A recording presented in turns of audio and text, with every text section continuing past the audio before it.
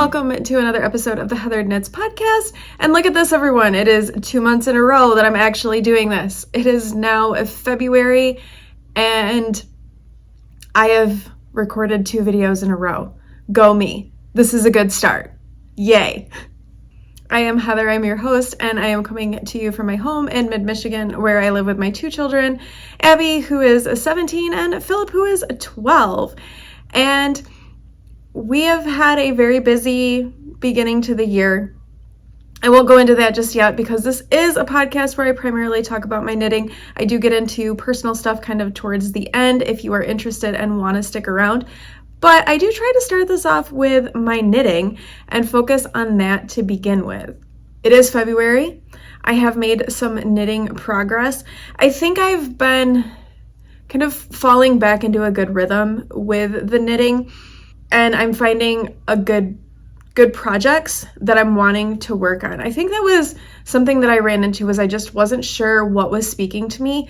And right now, to be perfectly honest, what is speaking to me is like garter blankets. That's like what I want to be knitting. I want to knit scrappy things. I want to knit up scraps that I have and get things out of there because the little scraps drive me crazy. And that has been what has been speaking to me and what has really been making me happy. That being said, there has been other stuff that I've been working on and finishing up in there as well that I will talk about. But really, it's kind of about the scrappy garter blankets. That's just where my headspace is. I am getting so much joy and relaxation out of just simple garter stitch. And I think sometimes, we go through cycles, right, with our knitting, with everything in our life, and we go through various seasons. And, a lot of us start with just basic garter stitch, and I feel like for me, I'm kind of coming back around to that as a place of comfort. And certainly there's been a lot that has gone on in my life in the last 2.5 years, where kind of coming back around to the comfort piece of it is really speaking to me and really, I think, what I am needing. Just those comforting pieces that are warm, they're cozy, they're easy, and I can just really fall into the rhythm of the knit and not have to worry about anything. That is what my heart, my head have been craving. So that is what I've been doing a lot of. I do have 2 finished objects to show you today. One I am wearing, well, okay, it's not entirely finished yet. So this is the Seasons cardigan by Ozetta, and I knit this just out of some budget yarn from Michaels. I went to the store, they had it on sale, and I wanted a big bulky sweater that's chunky that I can just chuck in my washing machine and not have to worry about caring for it in a special way. And this is so warm. So I finished it, I cast it off. I still have to sew on the buttons, but it is done. It is warm, and we've hit kind of a cold snap in Michigan. Well, it's starting to warm up again, but the last couple of weeks it was pretty cold, and so this was exactly what I needed. I'm gonna stand up and show it to you. Keep in mind, I don't have buttons on it yet.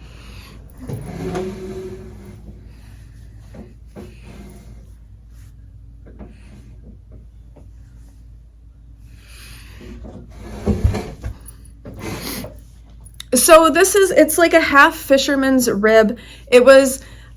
It took me a lot longer to knit than it really should have because it's worsted weight and it's not a hard pattern. It just was like the sweater that never ended for whatever reason. It just kind of kept going. I started it back in September, and it got put down for other projects. And then I was bound and determined that I am going to finish this finally. And I did, and I'm really glad that I did because it is quite warm. It's just like an acrylic yarn, but it is very warm. It feels very nice to wear. It's just been a really good thing to just chuck on in these really cold days where I've needed that extra warmth, and it definitely has been giving me that. So I'll put this on and throw a shawl over my shoulders, and that's how I've been existing for the last couple of weeks. But I really do like it. Just as a note, I'm not linking patterns and stuff in my description below, but there will be links to my Ravelry page where I have been keeping all of this stuff updated. So if you head over there, you can find all of the details on all of these projects on my Ravelry page. So check that out if you want details about patterns, yarns, things like that. That is where you can find it all. My other finished object is a pair of socks. Now, some of you might be aware that every fall I knit Stephen West's Mystery Knit Along shawl. It's something that I really enjoy doing. I find that Stephen West really challenges me as a knitter in a lot of ways, with techniques, with color, with style, and just a lot of different things. And the man is a genius. Let's be honest, he is an absolute design genius. Well, this year he is coming out with a year of socks. So he's designed a whole bunch of sock patterns. He's releasing them monthly. And Stephen West socks, I mean, we can kind of start to think about what those might look like. Anyway, my really good friend ended up gifting me the pattern set. And so my finished object is the first set of socks that came out with his pattern. These are called the Painting Brick socks. And here they are.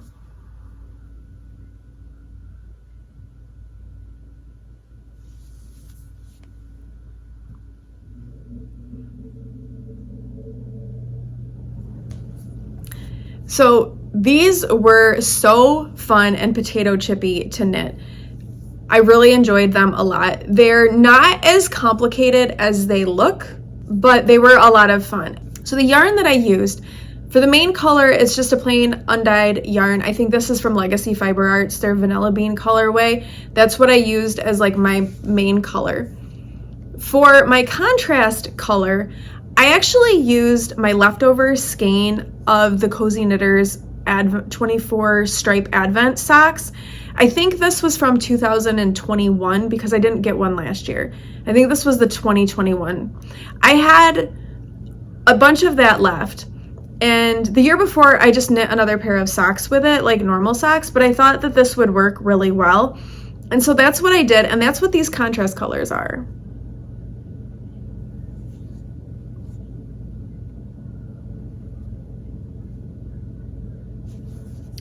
Now, it wasn't perfect. I did have to cut some things in some places to make it work, but I was able to then use up the majority of that leftover skein, which was perfect, which is exactly what I wanted to do. And I got these socks out of it, which are gorgeous. And I'm really pleased with how they turned out. I did have to make some adjustments with them because of the stitch count of the socks. I typically knit my socks as 64 stitches using a US 1.5, or I think it's a 2.5 millimeter needle. That's my typical go-to sock recipe. But because of the stitch counts, I had to go down to 60 stitches. And the socks are a little bit snugger than my socks typically are, but I like that. Like, I'm really good with that change, and they fit fine. Like, they fit really well. They're a little bit more snug, but that's not a bad thing. So I was okay with making that change. And maybe my gauge has loosened up slightly. Maybe it was just the nature of the pattern. I do know that the Advent skein, the yarn is thicker, so that could also have contributed to it. But I do like the fit of them. I like the way that they fit, and I look forward to wearing those. I will keep these for myself because they are kind of a style that maybe not everybody would like, and they also fit my feet. Abby will probably steal them too because she likes to do that. So that is my other finished object. So I've got a sweater and a pair of socks that I have completed, which feels pretty good actually. As I mentioned before, garter scrappy blankets have been like my thing, my go-to. And I started doing the Pinwheel Scrap Blanket by Mina Phillip. Again, all of those details will be on my Ravelry page if you want to go look at those and check those out. And I'm doing it like rainbow. So my color blocks of it are all the same color, and then I'm doing like a rainbow motif once I'll end up putting it all together. And I finished 2 of those squares. I think I was working on this purple one the last time.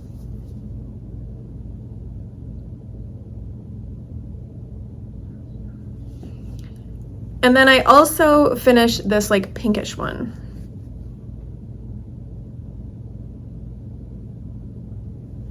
So 2 more squares are done. I think that's like 7 or 8 squares I have completed. The thing that I like about this pattern is it's very modular. So it's easy to take with you. It's great for on-the-go stuff because it's a very simple pattern as well. You don't have to be thinking too much about it. It's garter stitch with like some short rows. So it's not a challenge to knit, and it travels well. And then when you're all done, then you seam it all together in whatever order you want. So I'm working on getting as many blocks together as I want, and then I will lay them out and figure out how I want to actually compose and graft the blanket. But it has been a really nice thing. I've started another square. This one is green, and I'm not all that far.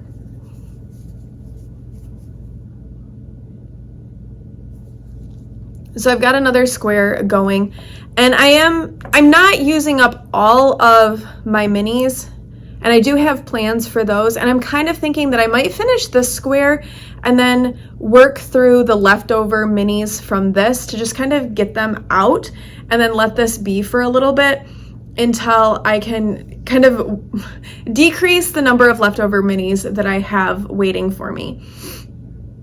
As I said, I have some plans for that. I just haven't gotten there yet. So I think that's the plan. I'm going to finish the green square, and then I'm going to start another thing to kind of get through it.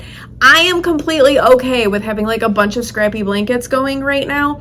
There may come the time where I'm not okay with this, but right now I am. The other thing that I've been working on is I decided that I wanted to finish my granny stripe blanket. So I've pulled that out, and I'm working on finishing that up. It is really at the size that I want it to be. So all I'm really doing is just finishing knitting up the magic knot ball that I have. Like I've got one left. So I'm just gonna finish knitting that and then call it done because it's big, it's a good size, and it's time for that to be done and off my hook because it's a crochet thing. I don't have that with me because it's large, but I will insert a picture. What's really funny about this is the cat loves it. So I've been using it also as a blanket as I sit on the couch and like work on it, and the cat comes up and like curls up on it and will not move all day. Like the cat will just stay there. So you can see in the picture, the cat is there curled up on the blanket because that's where he likes to be. The final thing that I'm working on, again, is a scrappy garter blanket, but this isn't quite as scrappy. This is a little bit more planned. So Sue and Chelsea of Legacy Fiber Arts have started a DK mini club for the jelly roll blanket. And because knitting these blankets has been something that has really been speaking to me, something I really like, I really love their dye aesthetic. I love the way their yarns look. I decided that I was gonna go ahead and do that. That would be my plan. And I think they're going to carry it out through the whole year. I'm not 100% sure, but my hope is that by the end of the year, I have like a completed DK weight blanket that is just beautiful and nice. And the jelly roll pattern is a very nice pattern. Again, everything is on my Ravelry page. Go there, look at the stuff if you want more details. It's like garter stitch. It has like a nice pickup detail, and I have really been enjoying it. It has been exactly what I've wanted, even more so than the pinwheel blanket, exactly what I have wanted. And I'm actually working on the last mini. So you get 6, and I've put them all into my blanket. This is the last one. And I've done my first strip, and now I've started my second strip. So here it is.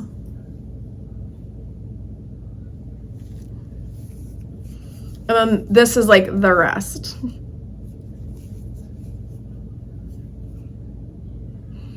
And the yarn is just so beautiful, and it all coordinates so well together that I really wanted to do this. I like a lot of the detail with it, like the slip stitch detail.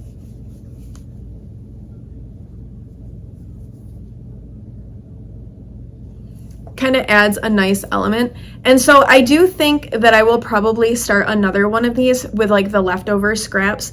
The nice thing with this too, even though the pattern is like written for fingering weight yarn, I am using DK weight yarn, and it's just like the strips are just wider. So I've like adjusted my needle size to accommodate that. Like I'm using a US 8 to knit some DK weight, which is giving me a really nice fabric, a really nice drape.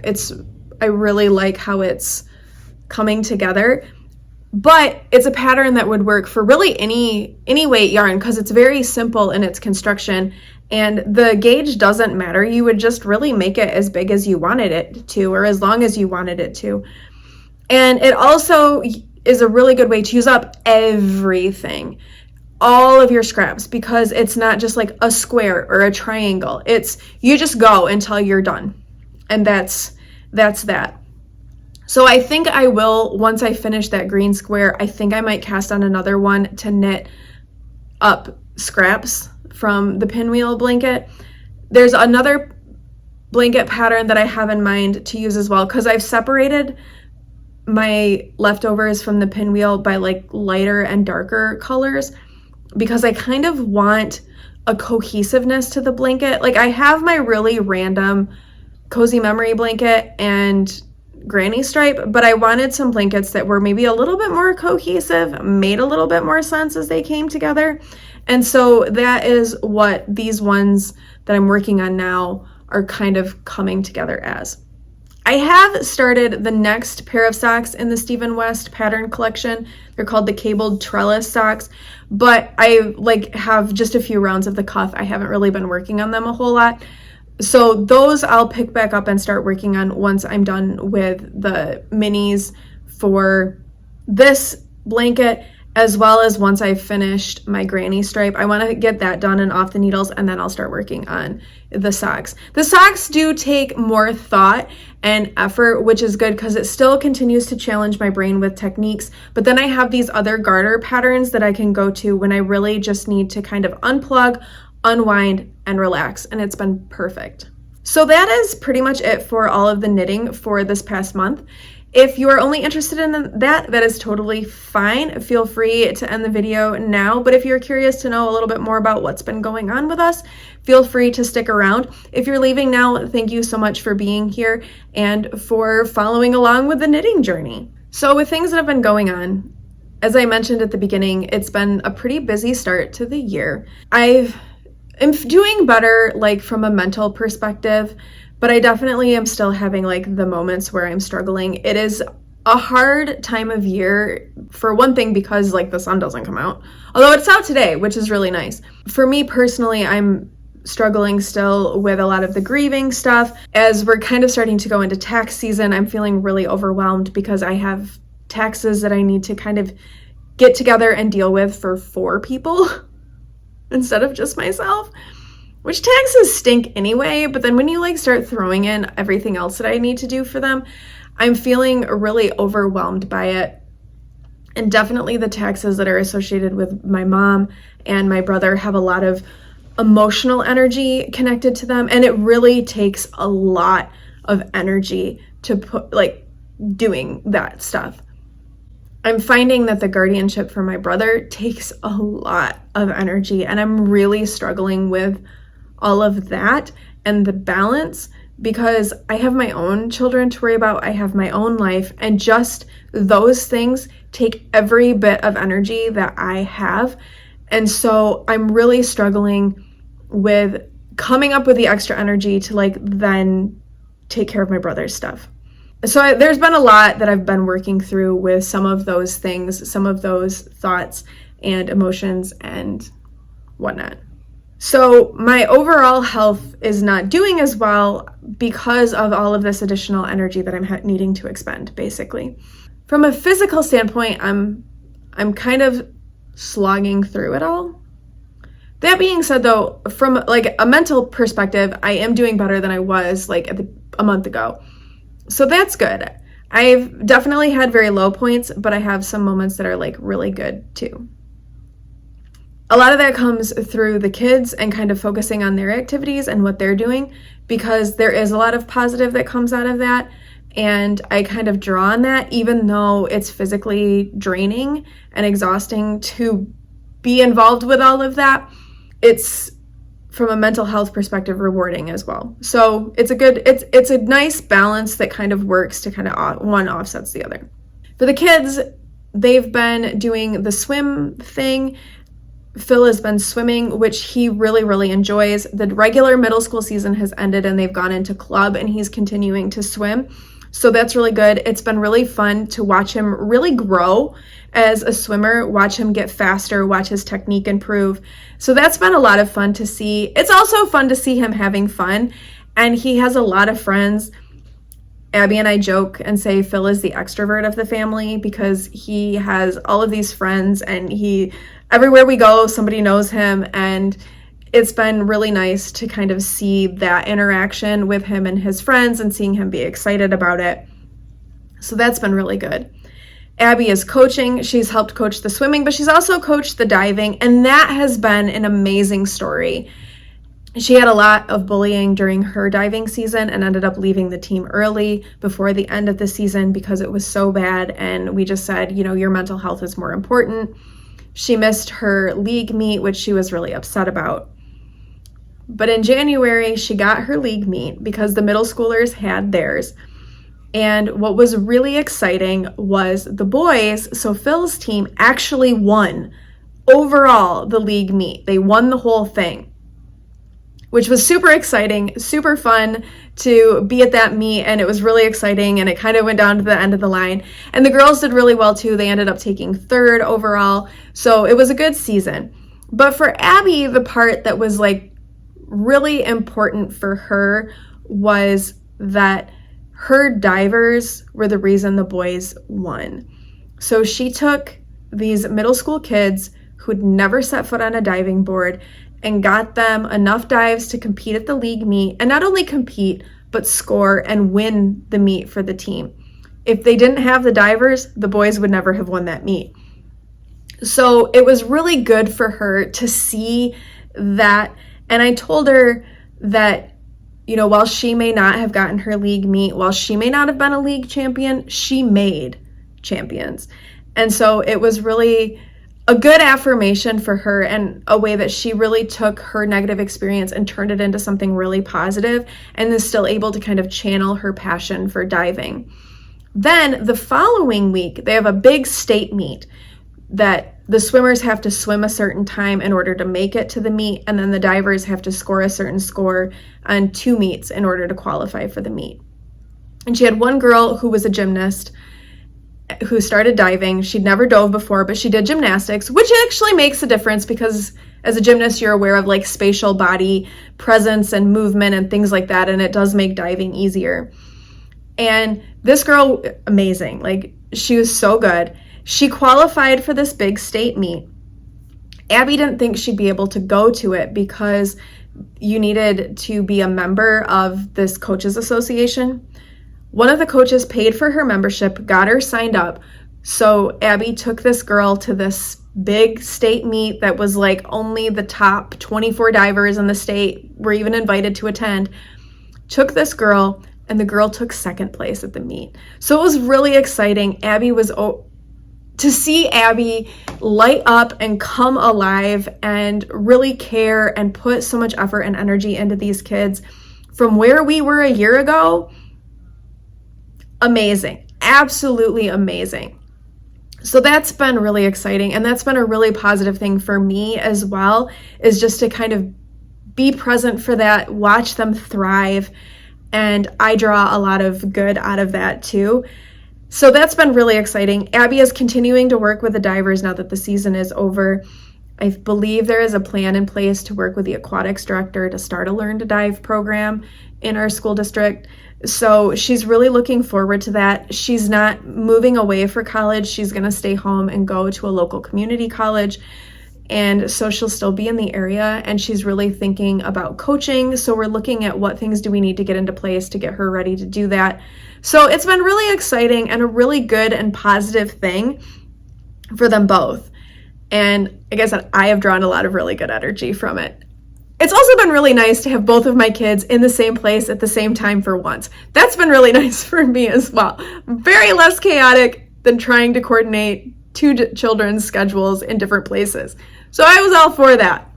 But anyway, that's pretty much sums up what's happened in the last month. Overall, things are improving, still moving quietly through 2023, but I'm hopeful that things are going to be okay. And that is all I have. I hope to see you again in another month. Thank you all for being here. Thank you for watching. For those of you who stuck around to the end, thank you for doing so. I appreciate all of you. I appreciate all the love, all the support that you've given me. Thank you so much. Have a good February. Stay warm and keep those needles going and keep knitting. And I will see you hopefully in March. Bye.